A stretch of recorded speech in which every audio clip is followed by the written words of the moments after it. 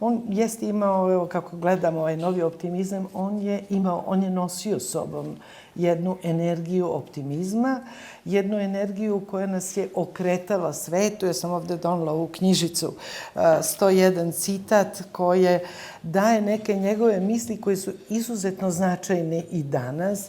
Ja bih rekla pre svega, nemojte da dozvolimo da nam mladi odlaze u svet, hajde da dovedemo svet u Srbiju. I ta internacionalizacija, neću reći samo evropeizacija, nego baš internacionalizacija svih, od ekonomije do prosvete, to je bilo prvi put da se naši potpuno zatvoreni, isključeni.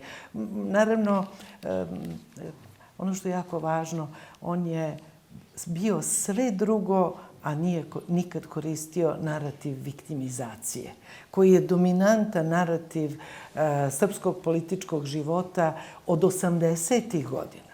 Znači, u socijalizmu, zašto kreće i kako kreće, kreće to mi propadamo zato što Srbi su ugroženi i tako dalje.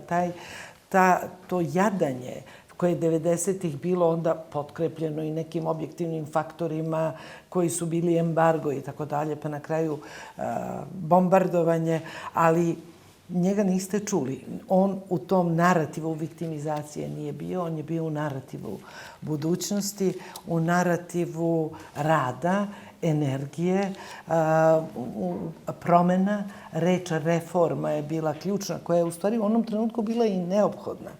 I ja bih rekla da od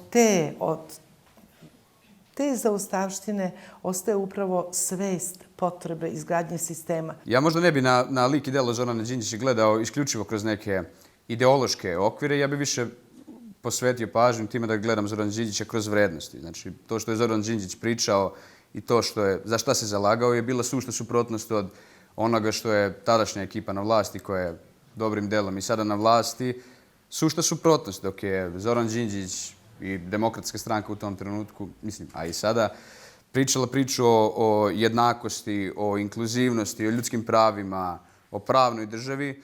Druga strana je borila neku njihovu bitku za neku veliku Srbiju, za neke ideale koji, po mom mišljenju, zaista nije trebalo ni da postoje na prvom mestu.